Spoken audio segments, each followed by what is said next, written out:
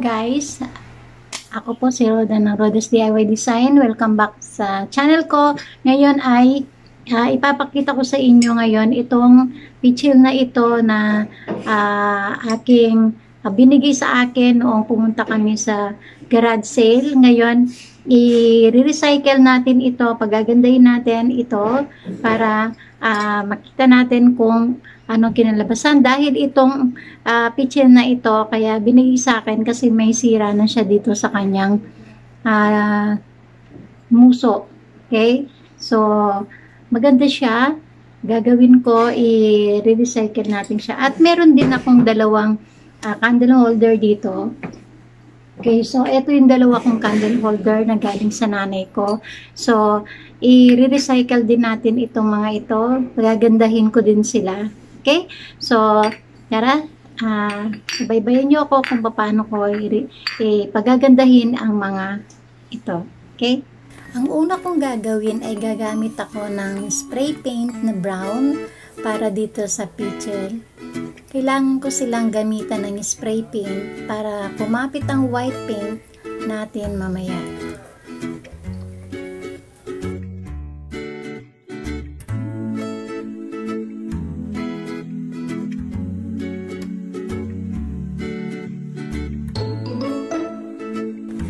Okay, natapos na ang first coat natin na white paint. Ngayon, second coat naman na may halong baking soda para magkaroon siya ng chalk texture ng ating pichil.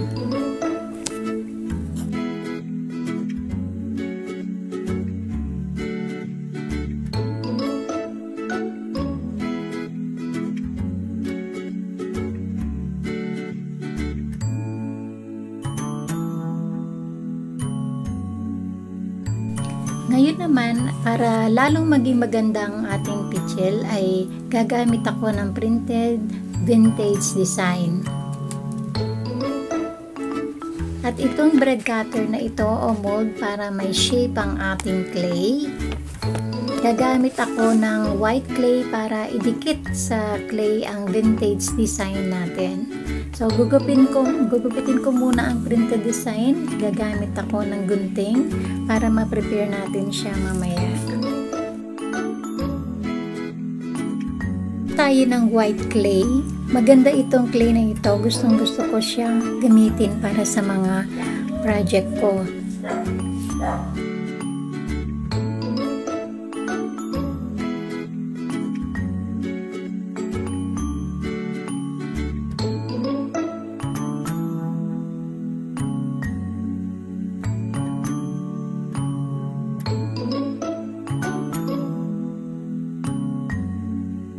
Ang una muna natin gagawin ay lalagyan ko muna ng powder itong ating place area para pag minold na natin yung ating clay ay hindi siya dumikit.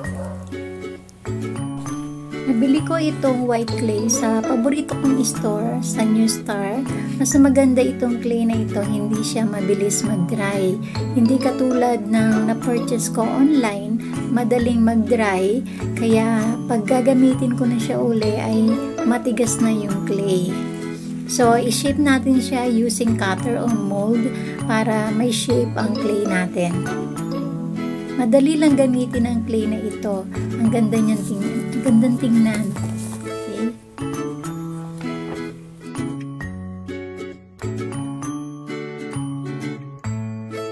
Ngayon naman ay ididikit ko ang ginupit kong printed design gamit ang Mod Podge para i-secure ang ating item.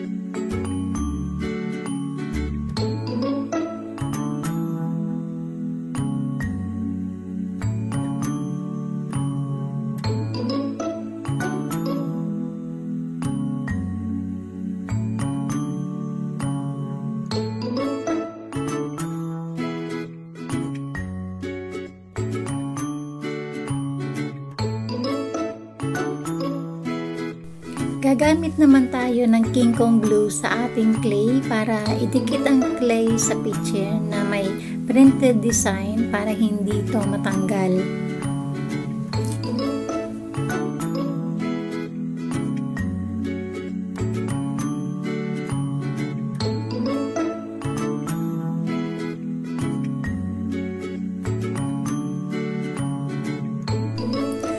Pagkatapos idikit, lagyan muli ng Mod Podge ang printed design para gumanda ang ating pitchel at meron siyang secure at hindi masira yung ating printed material. Okay, ayan ang ating pitchel na may printed vintage design. Next naman, gagamit ako ng antiking brown wax at ihalo ko sa white flat paint para magkaroon ng darker look ang ating pitchel. Haluin lang siyang mabuti para mag-combine yung color brown at saka white. So, gagamit din ako ng paper towel o kitchen towel or kahit na sponge kung ano man meron kayo. I-dabbing ko lang siya na hindi ako gagamit ng paintbrush para makuha ko ang tamang kulay para maging vintage look ang ating pitchel.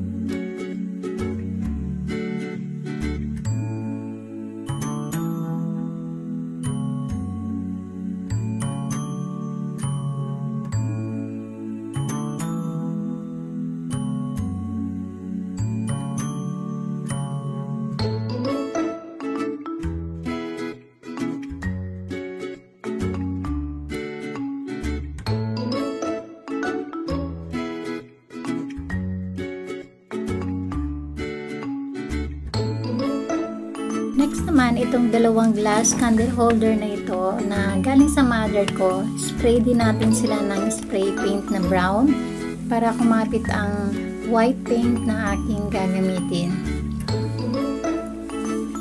Ginamit ko din yung leftover na white flat paint na may baking soda sa pitchel na ginamit ko kanina. Next naman, i-distress natin sila using mild sandpaper para magkaroon din siya ng vintage look.